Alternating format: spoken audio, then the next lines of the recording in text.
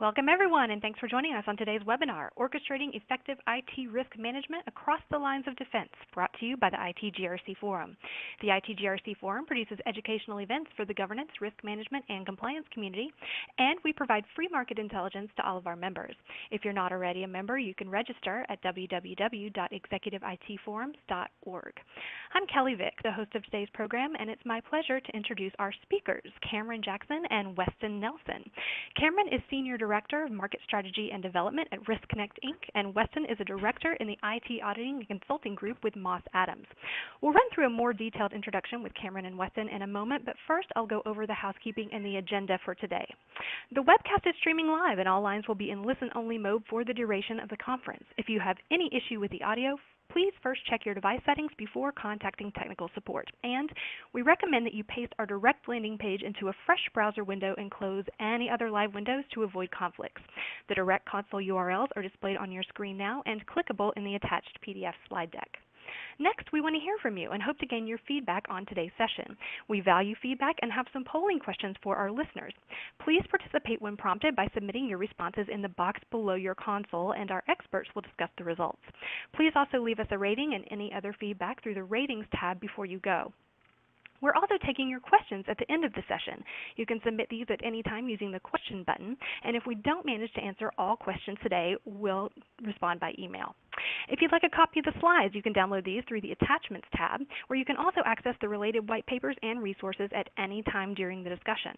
And finally, after the live presentation, this webcast will be available on demand, so please share with any colleagues who you think may be interested in the topic. Moving on to the agenda, we'll begin with introductions before the presentation, which includes some survey questions for today's audience and some great content.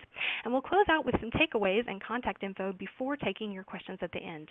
So now, without further ado, I'll turn the program over for the presentation. Over to you, Weston. Thank you, Kelly, and good afternoon, everyone, and thank you for joining. Just quickly, we'll go through introductions. My name is Weston Nelson. I am a consulting director with Moss Adams.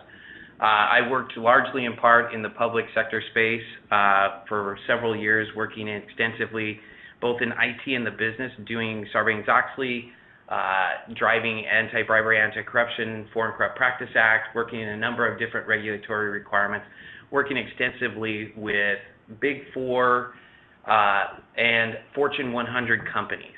So I'll turn the time over to Cameron, and he can make a quick introduction, and we'll move on with the presentation.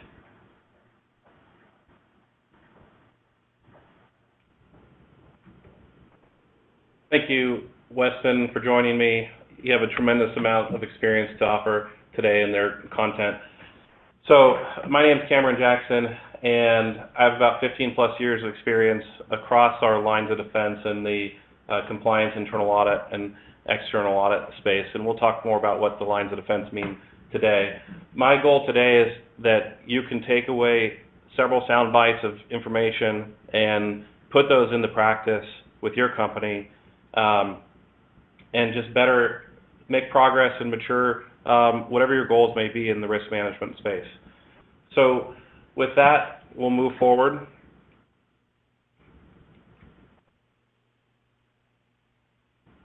So our goals today revolve around helping to better understand the challenges we face and the opportunities we can put forth in navigating very complex lines of defense, which may be a different model based on your organization.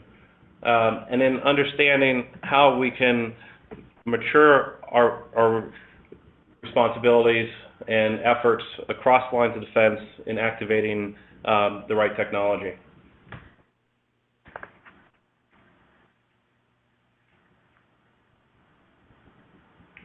So I wanted to take a moment and talk about the types of individuals that registered and are attending today's event. We have a large cross-section of acronyms ranging from our chief risk officers to chief ethics officers to CFOs, CISOs, chief audit executives. I wanted to call that out because although the topic today is around the lines of defense and effective IT risk management, this is a business issue, and it's not isolated to IT audit, IT compliance, CISOs, and CIOs. We all have a responsibility to come together to effectively orchestrate risk management across our organizations.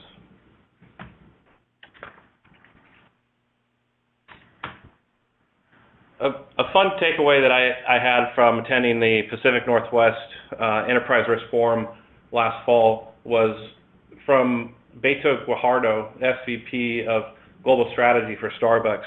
And as a guy that focuses on strategy, the first thing he said to a group of individuals focused on risk management was that strategy is risk management.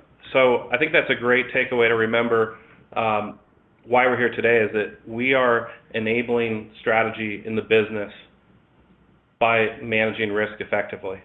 And the two are an inverse relationship of each other.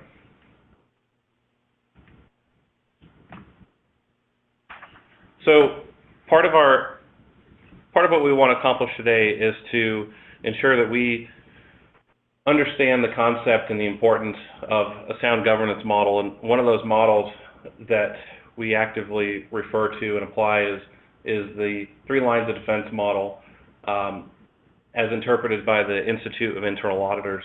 And one of the things that we like to think about is how do we be more agile and responsive and coordinated in working across these lines of defense.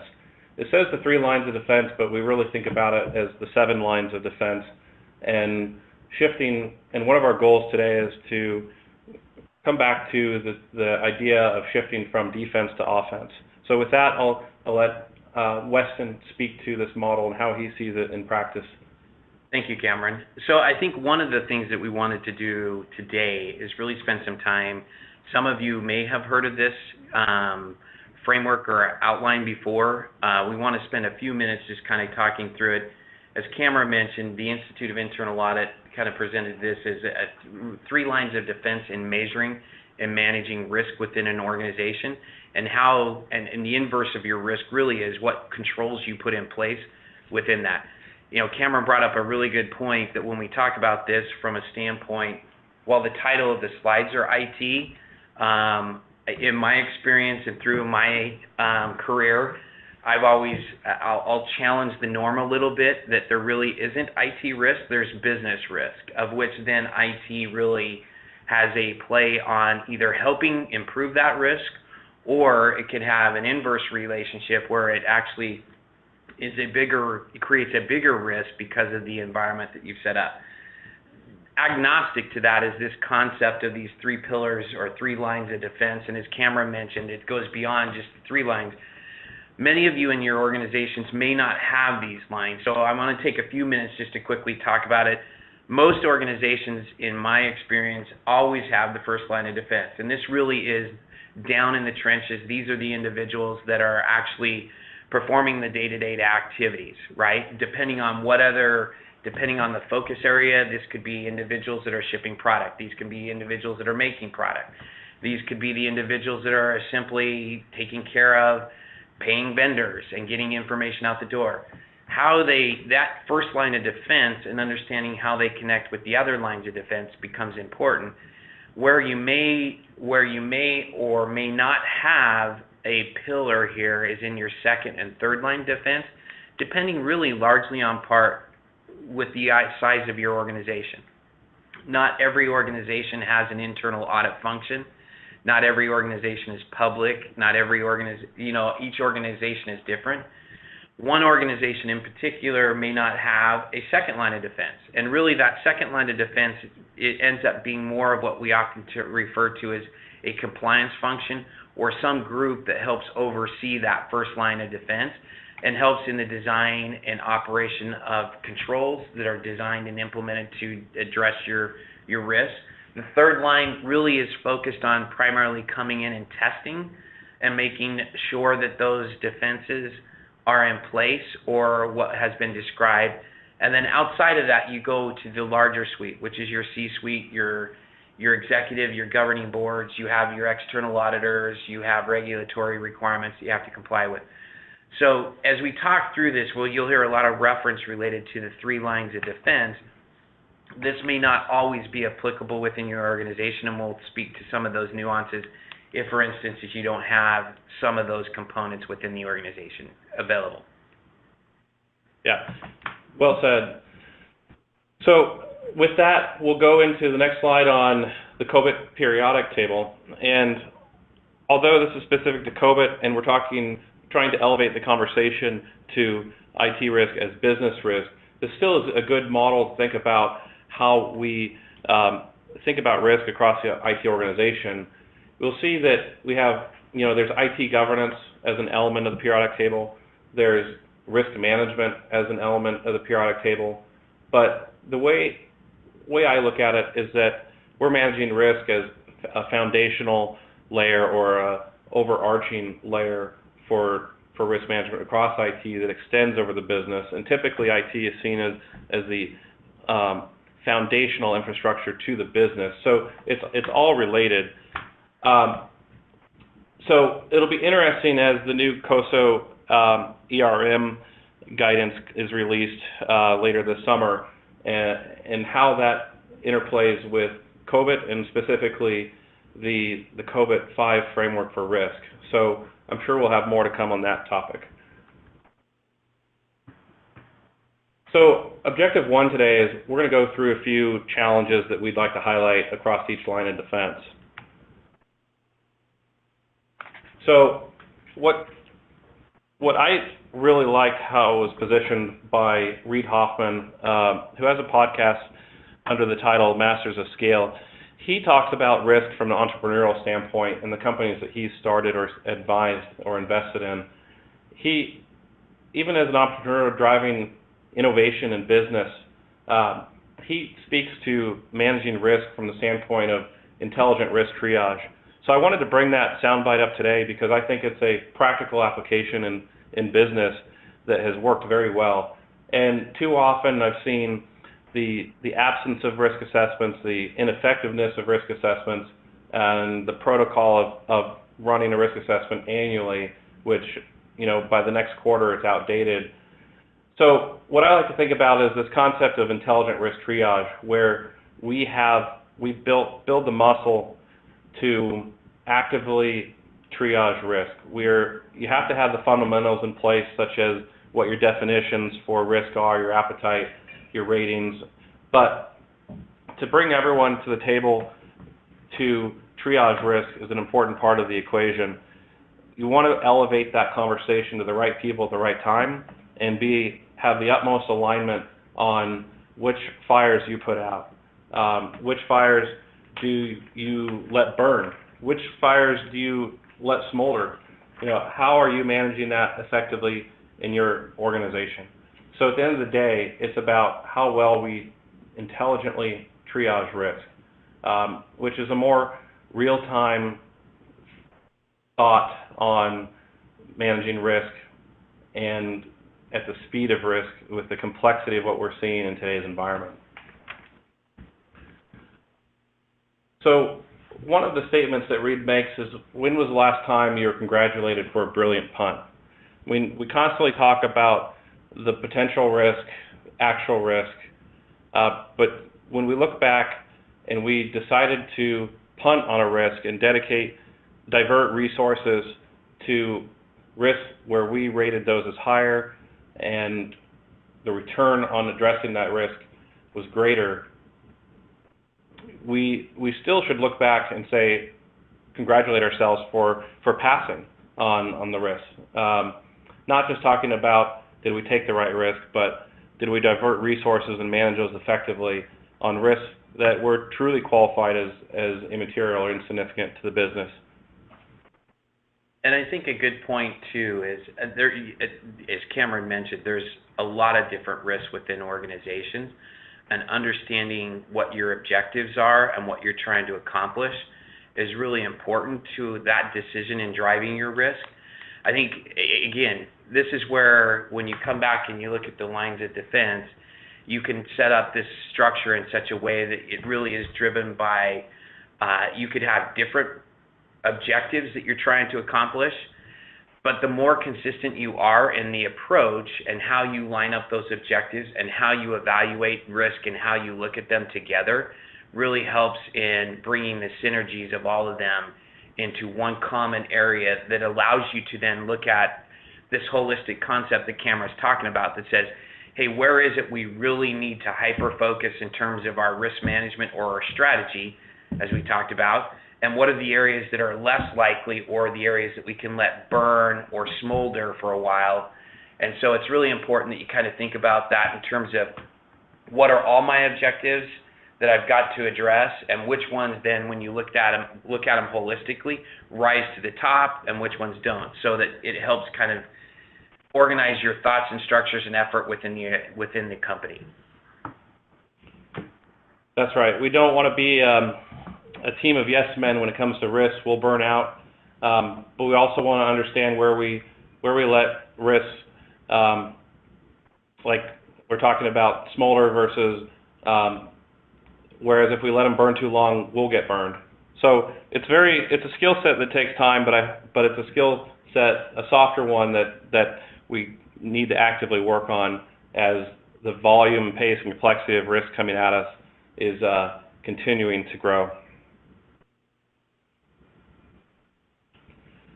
So the next piece we'll talk about is how do we really understand the direction of our front line. If you think about the front line, like Weston was talking about earlier, sheer size of the front line is where your greatest extent of resources live. And we have to have the ability to take the pulse on the direction they're focused.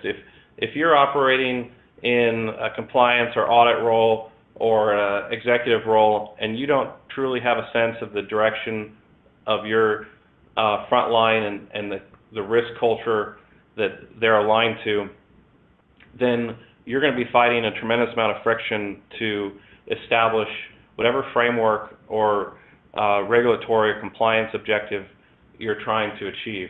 So what was interesting was a group of scientists a while back leveraged Google Maps to identify a phenomenon about cows and how they always align to true north. We don't have that luxury of identifying the direction with that ease as using Google Maps, but we have to have a better way to understand the direction of our front line. And that may be through surveys or one-on-ones, group interaction, and an ongoing educational cycle.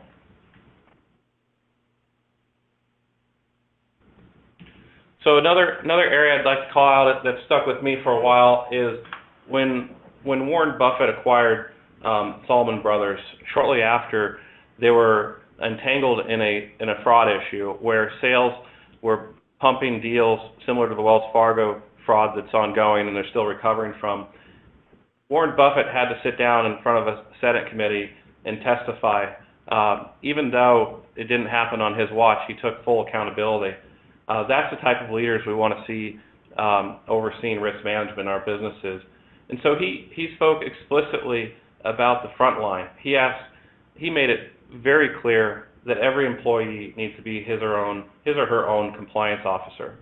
And this is one of the first areas where we started to see a highly regarded individual such as Warren Buffett talk about brand reputation and putting people in the position of, would you want to have your actions on the front page of your local newspaper?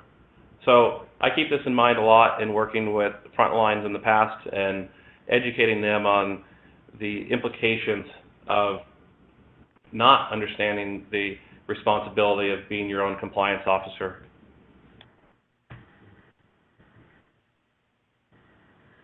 So the next slide here, we're talking about kind of consolidating the opportunities in the middle. And when I say middle, I'm referring to the compliance and internal audit space. So we see the opportunity in this space is to provide frameworks and infrastructure and influence and education that can work across the lines of defense. It's not just down into the first line to the masses, but it's also keeping your external auditors engaged and informed on changes in the business, the current events of risk. It's also anticipating the needs of your senior leadership teams and anticipating the needs of your audit committee chair, understanding what their interests are, what they see in the market, what their experience is, and anticipating how we can be proactive in the needs of our leadership teams, let alone the front line.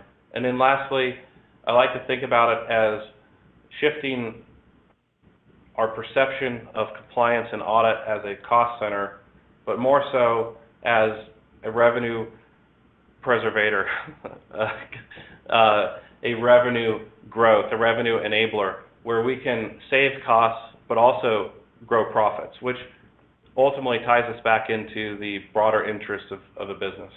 And I think this is one area, Cameron, where a lot of organizations have opportunities. As you mentioned, too often, I think in my experience, I see companies look at this as a cost function. This is something we have to do. Where I really like where we term this kind of 3 lines of defense, we dub that as our 3 lines of offense. The more proactive an organization gets, there's value in understanding what your strategy is, and I'm replacing strategy here with risk, in particular risk management. The more you understand what your risks are and your strategy associated with that, the more you're able to go out and develop that internal control environment that drives, basically helps the company understand and know how it's doing within, as it relates to those different objectives, as it relates to different regulatory requirements. The more that you can flip that around and proactively align it, you start to add value to the organization in the sense that there's an intrinsic value that's given to the C-suite and to the board and to external auditors. When you have this developed, it's hard to measure the comfort that a CFO, a CIO, a CEO gains when they know that they've thought about the organization and its risk and they've managed it down to the first line of defense, where the individual who is performing the action understands why they're doing it and the risk that's involved. There's tremendous value there that intrinsically comes through the organization. Add to that, the more that you understand your risk and the more you start to synergize those activities, you can actually start to cut costs and create more efficient and effective internal controls to manage those risks or that strategy.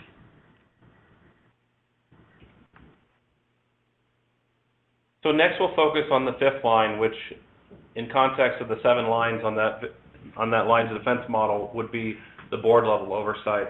We won't go through all these points, but I think one particular item to call out is the trend of identifying a technical expert on the board and what that does to the maturity and capability of the effectiveness of board governance. So we saw the requirement of the financial expert in line with SOX, but as we are now in the 15th year of SOX and what some might call the age of modern compliance as a result of Sarbanes-Oxley, we're at a pivotal point where, with the risk shifting in complexity and volume, that I think it will become a necessity, if not a requirement, to have a technical expert designated on your board. And I think that will help the business understand at a board level the implications of where the business risk intersects with technical risk, but at the end of the day, seeing it as a unified business risk. So why is this important? Overall, having a fluid communication line, fluid activities amongst your lines of defense reduces a lot of noise and perception as you move across the lines of defense into senior leadership, the C-suite, the board, reduces noise at the external auditor layer as well and your regulatory layer. So the more unified we are, the more aligned culturally from a risk standpoint we are, the greater ability we have to push our objectives through the organization. And I think, Cameron, you talked about, there was one point here, really it comes down to accountability, right?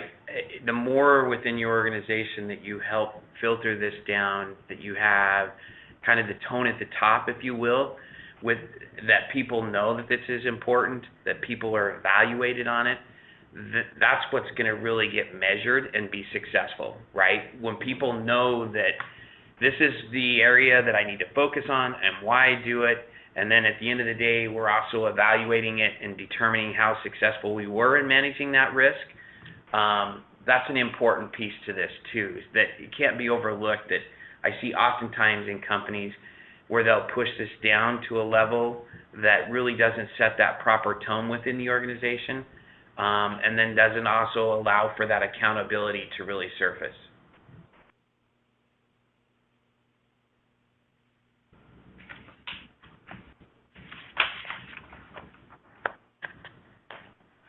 Perfect. So we'll go on to the survey question.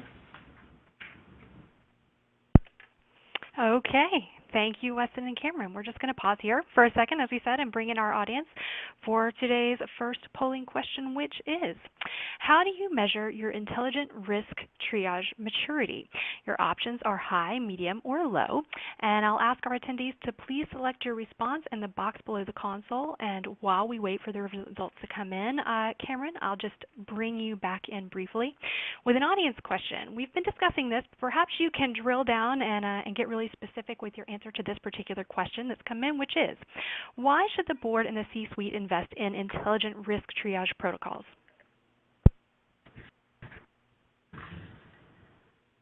So, like we talked about earlier, the concept of intelligent risk triage, I think, will become a significant trend and lead us more away from these large white space risk assessments, but more embed intelligent risk triage activities into the capabilities of the business, supported by each line of defense. Each line of defense will have its own roles and responsibility, but in order to activate that effectively, you have to have those roles and responsibilities defined, and you have to have the buy-in across the organization.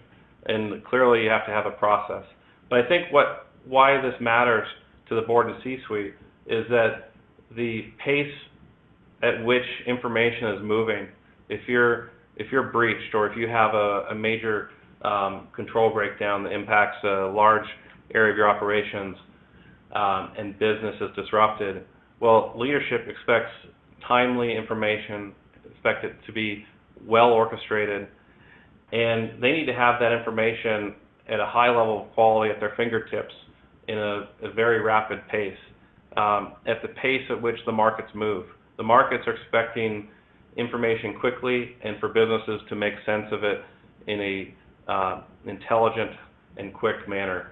The better you can consolidate and gather that information through an intelligent risk triage process, the more effective you can be to respond to the market at the pace of their expectations and appease your stakeholders across whatever market you serve. Thanks for that, Cameron. That really makes a lot of sense. And our poll results have come back. And to summarize here, it looks like the majority, at 66% of our respondents, say they have a medium level of triage maturity, with then 22% saying a high level and 10% reporting a low level there. So is that in line with what you would expect, Cameron? I think it's pretty common to average a higher rate of responses in the medium space. I think there's a tremendous amount of opportunity for companies to improve their capabilities there. All right, with that, we'll move into our second objective here, and we're going to talk a little more in depth about the friction we experience in the lines of defense and some opportunities that we see in that space. So what we'll go through is we'll talk about opportunities in governance, the roles and responsibilities in the space, opportunities to invest in and understand our data capabilities better and what that means to support the business, engage the business in driving better, more timely decision making. So the first one we'll call out is adapted from Peter Drucker's management expertise, and it goes back to the concept we've spoken to a little bit about earlier about culture. And Peter Drucker said culture eats strategy for breakfast, Well, at the same time, its culture is eating our ability to excel in risk management, in IT risk management. So again, building a more mature culture at each line of defense and understanding how those relationships play well together is essential to having a successful risk management program. So the other friction area that we see a lot in the lines of defense is the ability to be well orchestrated, to be efficient and effective across each line. So how we engage with the first line, how compliance engages with internal audit, how internal audit engages with the front line. You typically see a lot of stress between how auditors and the front line interact. How well we manage our external audit relations and alignment on objectives. And again, how do we meet the objectives of your audit committee? So ensuring that we have a unified understanding of what the roles and responsibilities are is ultimately the big takeaway here. And I think I would just add to this too, this is probably the most common area where you see within organizations that they struggle with, that you have different groups with competing priorities or competing objectives. They're siloed. Those objectives might be different for one group, while another group has a different objective. How they define risk and how they look at the strategy could be different. So this definitely is one of those areas that you need to focus on when you look at bringing together an effective risk triage process or program, is really thinking about those siloed and redundant efforts and trying to bring them to a more common and synergized approach throughout the organization, even though they might have slightly different objectives in mind. Number 3 is our focus on the ability to leverage our data. So we have each organization, without a doubt, has a disaggregated system of data. So we have multiple applications, we have spreadsheets, we have a tremendous amount of data shifting into third parties, and at times we don't know who all our third parties are that are handling sensitive information. Having the capability to aggregate that information, not physically aggregate, but have a capability to pull that information in together and see how it relates, that's part of the tremendous opportunity in whether it's the front line or compliance or audit, whatever it may be. Having the capability to bring that together is essential to supporting the business. Which leads us into the next point about helping the business to achieve their goals, and part of that is helping them understand the governance of their data and leveraging that information to make better decisions. So one of the opportunities I see, especially in the compliance and audit space, is being able to tell a story around why what you're doing matters. Whether it's to the front line, the executive team, or the board, you have to find a way to relate. And that's what I mean by amp up your anecdotes. Align to the motivations and interests of the teams that you're trying to influence. Understand your credibility within the organization and where you have opportunities to improve your credibility. Part of increasing your credibility score is constantly stretching your knowledge of the business and your key customers, internal customers in the business, and understand how they measure you. So, and aligning your objectives to their objectives. So at the end of the day, what you're trying to achieve should be the same objectives as your partners in the business. You might just be looking at them through a slightly different lens, focus on risk. Yeah, and I think these two, the data and the information come together really in a more, I mean, they're almost one focus and topic here. But when you talk about how well you're serving the business and how well you're serving your customers, It's also based on how well and how much information they're able to collect and gather. To some degree, those are almost inseparable components.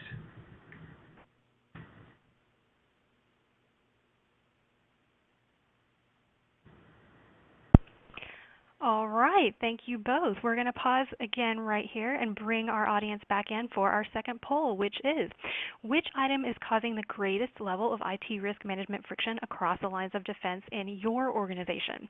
Our options are weak governance, siloed and redundant efforts, failure to leverage data, and failure to effectively engage the business.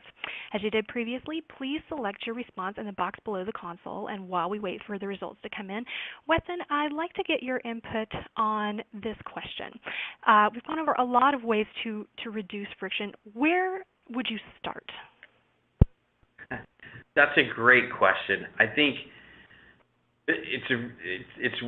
you get a lot of you get the chicken or the egg concept here, right? Which one comes first? I think really it comes down to a lot of this starts or needs to start within the C-suite.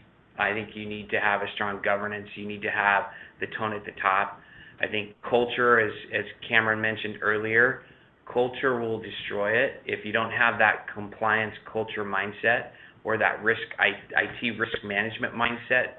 And I think a lot of it is understanding your stakeholders and how do you make it relatable to them and how you kind of tie it into each of those groups of why this is so important. And when you think about it from an IT standpoint, in particular, I think this is really important that you try and link in with those, as we said before, it's difficult to separate IT risk management. It really is business risk management. And how then IT has an impact on that becomes much more relatable when you're able to share that story with the C-suite and the individuals where it matters and how that impacts their objectives and strategy that they've established from a business standpoint. So, I mean, culture becomes really important to set that right tone at the top and managing it, and it really means managing it at all levels of the defense lines that we've been talking about, and you got to make it relatable to each person. So how do you make it relatable to the C-suite? How do you make it relatable to the board? How do you make it relatable to the first line of defense?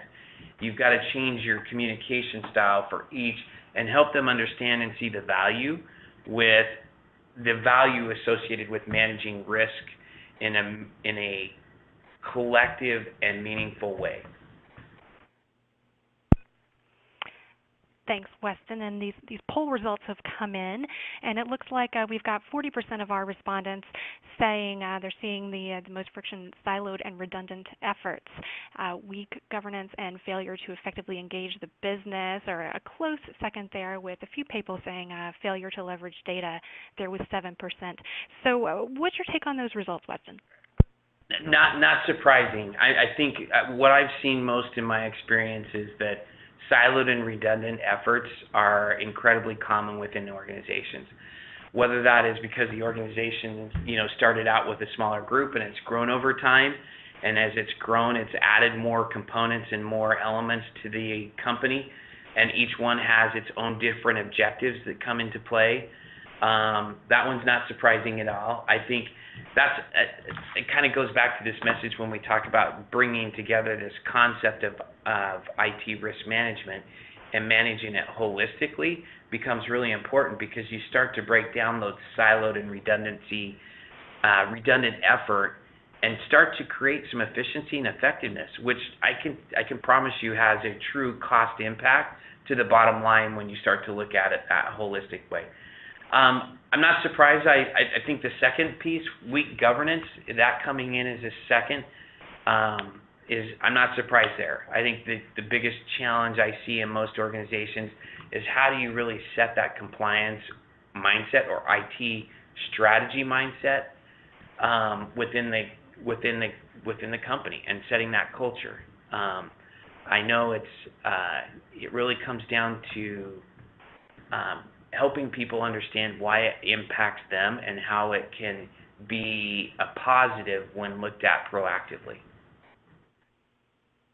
All right, with that, I think that we'll move on to the next area, and I'll turn it back over to Cameron. All right. Our last objective here that we'll talk about is the importance of how we leverage technology to overcome the frictions that we've been talking about. So to get at some interesting component of that conversation is, over the weekend, the Wall Street Journal released this information, an article on that they titled "The Spreadsheet Apocalypse Revisited." Majority of all programs that are managing some sort of risk are still using spreadsheets. So inherently, there's going to be friction in our environments the more that we are leveraging spreadsheets. And what they talked about was, we're at year 20 of Microsoft Excel. And there's tremendous opportunity ahead of us right now on the convergence of emerging technology. The article focused on artificial intelligence, but there's definitely a number of other technologies out there that I don't think we've quite figured out what to do with and where those play on our roadmap for improving our integrated risk management capabilities. So the more that we can mature away from spreadsheets, the better chances we have to remove human error and judgment, which is a tremendous focus, at least from my perspective, on always understanding the source of information and being able to prove that out, reducing the likelihood of judgment and the human prone errors that come up with every time our data or transactions or decisions leave the system. And as a result, increase in the auditability efficiency quotient in that variable in our business. So a lot of times we experience very inefficient auditing processes. Part of our effort should be around how do we reduce the implications of an audit and make them more seamless, more timely, more transparent to the business so that they're a partner in the auditing process. And as a result, as we shift away from spreadsheets, we'll see a tremendous responsibility around risk management shift into our IT experts. But as a business, as anyone managing risk in the business knows, we have to be experts in the IT space as well. There's no longer, in my opinion, an option to be an IT risk expert or a financial risk expert. You really should strive to live down the middle, be able to fluidly operate across both lines so you can truly be an expert in translation of ultimately understanding the overarching business risk.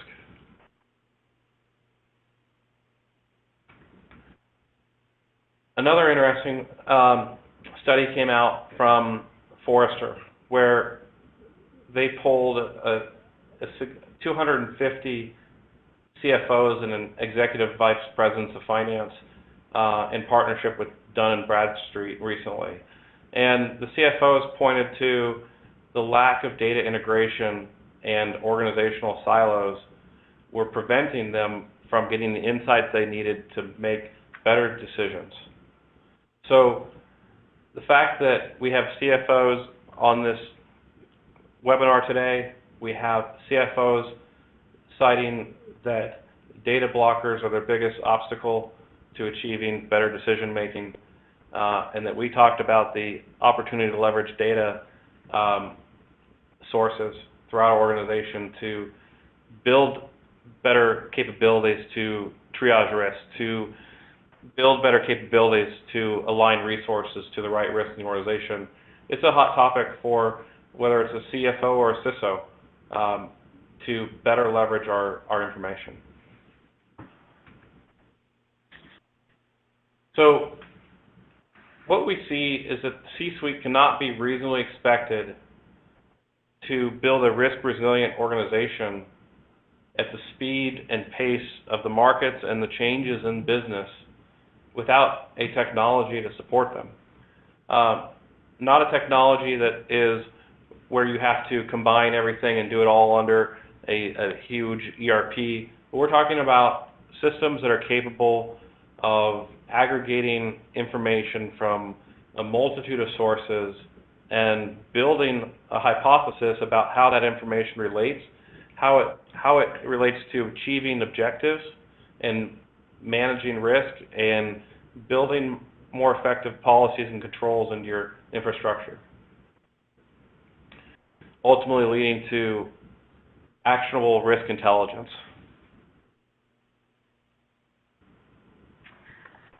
So I bring in the view of COVID 5 here because the cover page here, it points out multiple frameworks, and we're all using probably, or at least in my experience, what we tend to do is we tend to piecemeal together the components of various frameworks that make sense for your organization and supplement it with the unique characteristics of your business, whether it's from a risk and control standpoint or other. But you have to have a system capable of understanding how those frameworks relate and tying it all together so that you can reduce the redundancies and leverage that information.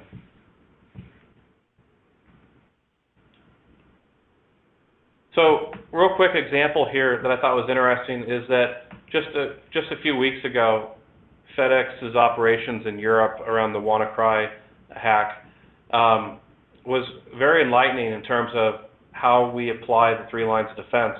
And in their Q1, they stated that the cyber attack was going to materially impact their full year results.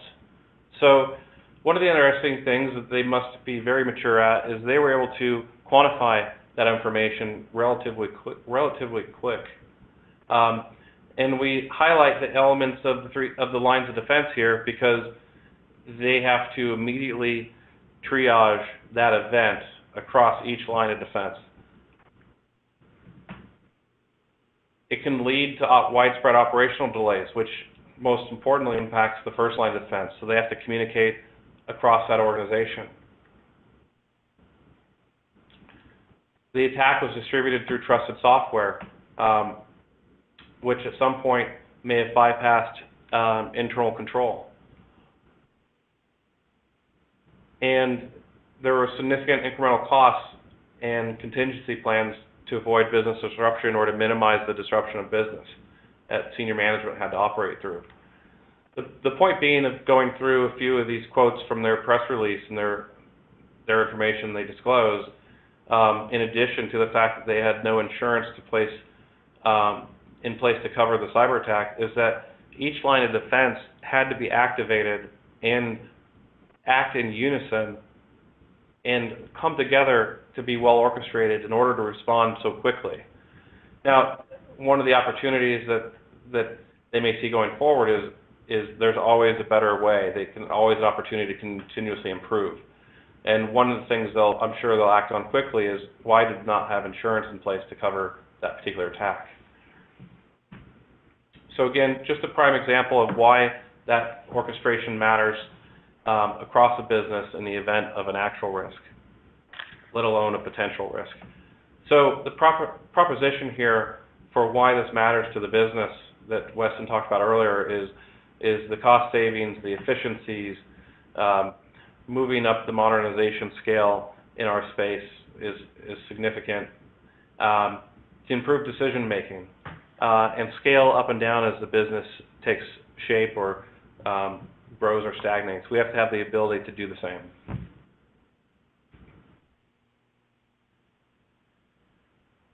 Real quick, I'll talk about why this visual matters is actually from the corporate executive board, but as we start to leverage integrated risk management technology, we create space through automation. We create space and opportunity to optimize. Once we start to optimize, we can start to realize return on investment and enhance our process discipline, our control discipline. And as you do that, you start to achieve more favorable results in relations with our frontline, our business, or our external stakeholders, leading to a more risk-resilient enterprise. So we look at the investment in technology on a scale, starting with initial, which would mostly be spreadsheet based, to succeeding. So we try to look at companies and evaluate companies in their investment in integrated risk management technology along this scale. It's important to know where you stand. Okay, thank you both. We're going to pause for one final time here for our third poll, which is, does your organization have a business case for integrated risk management strategy and technology? This is a simple yes or no question. Once again, please select your response in the box below the console. And while we wait for those results to come in, Cameron, I will put another audience question to you, which again we've touched on, but I want to give you a chance to expand on this. And the question is, what does it really mean to have an integrated risk management strategy, and does it require IRM technology? So I think what it means is that you have a high degree of awareness in your organization about how risk is shared across the teams and segments, business operations, and how those play together, how you can realize efficiencies from addressing the same risk that multiple departments might be facing with a more orchestrated investment in policy and process and controls, and being able to understand how those interact, how you measure them, that you're not measuring the same risk and control or whatever it may be 3 different ways across 3 different departments, but rather you can roll that information together. You can see the alignment of decision making across organizations and how, a Department A has the same risk as Department C, and they're making different decisions on a different scale for measuring risk, that those can lead to significant redundancies and inefficiencies in the business. So I think pulling that together with a technology to understand your various sources of data and to get the related stakeholders in and aligned on a same process to address risk. If you have a risk event and you have to pull in together leadership teams that aren't already engaged on how we measure risk, how we triage risk, how we size it, how we react, how we respond, how we communicate, then the absence of a fluid integrated risk management strategy or program or technology puts the company in a disadvantage strategically in their market. So if other companies in their space are faced with a similar risk and they can react at a better pace with better information and right size quickly and leverage resources efficiently, that's the true value of an integrated risk management program, strategy, and the underlying enabling technology. All right, thanks, Cameron. That makes a lot of sense. And our poll results are in, and it's actually fairly close with 57% of our respondents saying yes, their organization does have a case for integrated risk management strategy and technology. 42% are saying no. So, Cameron, I'll pull you back in to get your thoughts on those results, and then we've got about 7 minutes for a conclusion here before we'll take some more audience questions. That's in line with my expectations in terms of, we saw the GRC technology really come about around the same time that Sarbanes-Oxley came about 15 years ago, and we've seen iterations of GRC maturity over the past 5 years. Each 5 years, I'd say we've kind of seen a cycle of maturity in that space. I don't think anyone's necessarily doing it perfectly, but what we do see is that there's some vendors that are doing it much better, and that 43% approximately that the poll results are indicative of companies not having a strategy or tech platform to enable this means there's a tremendous amount of opportunity in the market to formalize integrated risk management across the various organizations that are ultimately managing risk, and doing that in unison through a integrated risk management technology that supports those stakeholders coming together more efficiently in unison to orchestrate a more effective integrated risk management program that ultimately is absolutely a strategic advantage.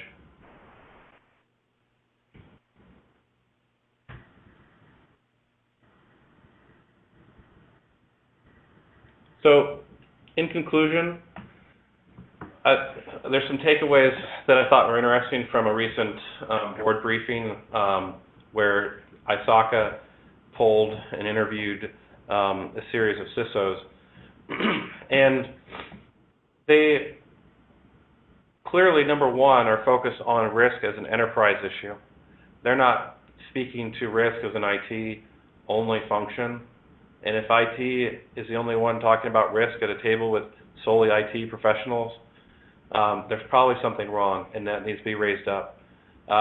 They're very focused on the soft skills, the ability to educate and achieve buy-in across an organization, as well as they understand that at the end of the day, the CEO and CFO are driving a lot of our business, are driving our business objectives, and there's always going to be a financial element here. So that the more that we can quantify potential risk, quantify actual risk, quantify the resources invested to run a great program, to invest in technology to support integrated risk management, there's always going to be a need to be able to tell a story about the cost benefit of your program.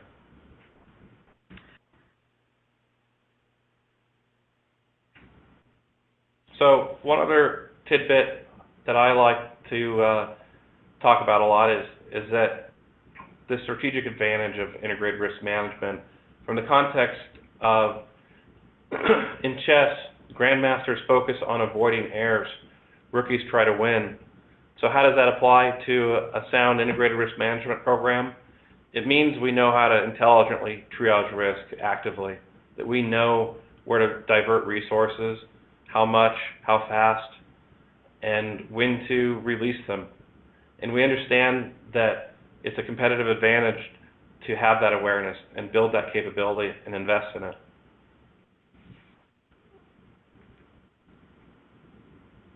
So a few takeaways here is that having the ability to have a fully functioning feedback cycle across your organization, across the lines of defense is important. How often do you run it? How often do you tear down decisions that were made that maybe didn't go the way you expected? How well do you recover and build on that? And again, we talked about the concept of intelligent risk triage and not being afraid to acknowledge a punt and let a fire burn. Hiring a diverse cognitive skill sets and personalities. You want a team that is talented, flexible, and they don't all have the same background. You need individuals in this today that can see and bring different perspectives and help influence that first line. The front line is critical. They're the mass, they're the volume of the company in terms of helping us prevent and detect risk. And then lastly, we talked a little bit about how technology plays a role in being successful.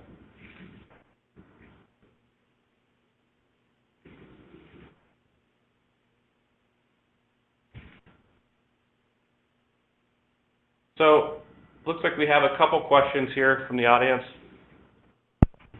Oh, I can jump in quickly and just say thank you, guys, Cameron and Weston, for what has been a very detailed and insightful presentation. And we do have a couple of minutes left for a couple of audience questions.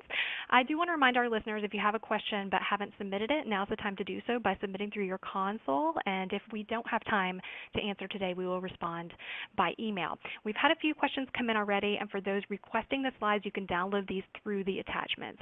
So let me kick things off here with the first question, which I'll put to Weston, and that is, building on risks and risk triage, would one need to have objectives to be clearly defined to allow understanding of what risks are acceptable and which require management? Yeah, absolutely. I think this is, as we talked about a little bit, we focused a lot on the risk triage and the program and process, but you really have to understand your objectives and what they are. They could be regulatory objectives. They could be internal objectives that the organization has set. They could be outside objectives beyond regulatory, which kind of fall more into kind of what I call operational. It really is important to understand all aspects of the business as it relates across those three areas. And while I know this was really focused on the three pillars, COSO has some similar concepts where they look at it in the framework of operations, finance, and regulatory requirements. That too is another way of looking at it. But you really have to consider all those elements together and those objectives and what you're trying to achieve to really drive then what is the risk triage, which ones you're willing to let go that aren't mission critical, which ones are more mission critical that you cannot let go of. And then I can't overemphasize the need to look at it regulatorily. You need to know what your regulatory requirements for your industry and where you operate, because those can have the biggest and most negative impact on your brand and what you're trying to do when you put out a risk triage or this risk management process. Thank you, Weston. And Cameron, I'll bring you in on the next question here and sort of get your take on the last question as well. The next question is, how would a risk triage process or program be created? Yeah, we're running out of time here, but we have that question, and then there's one other question around what's the difference between IRM and ERM. So I think I'll tackle those together, and we'll have this as the last question in lieu of time.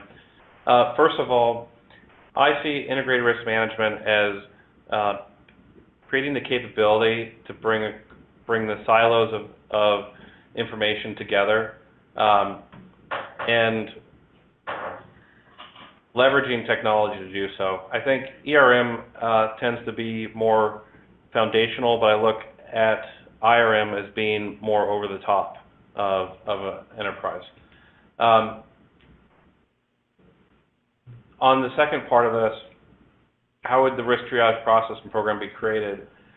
Most simply put, in my opinion, I think it's about taking the best practices and lessons learned of what might be an annual risk assessment and putting those in place to be activated real time, and educating your lines of defense on what it means to triage risk as transactions occur, as the business is navigating difficult decisions, and creating the awareness to have each line have the capability to raise a hand during that process, but also have roles and responsibilities aligned for how those risks are funneled through an organization.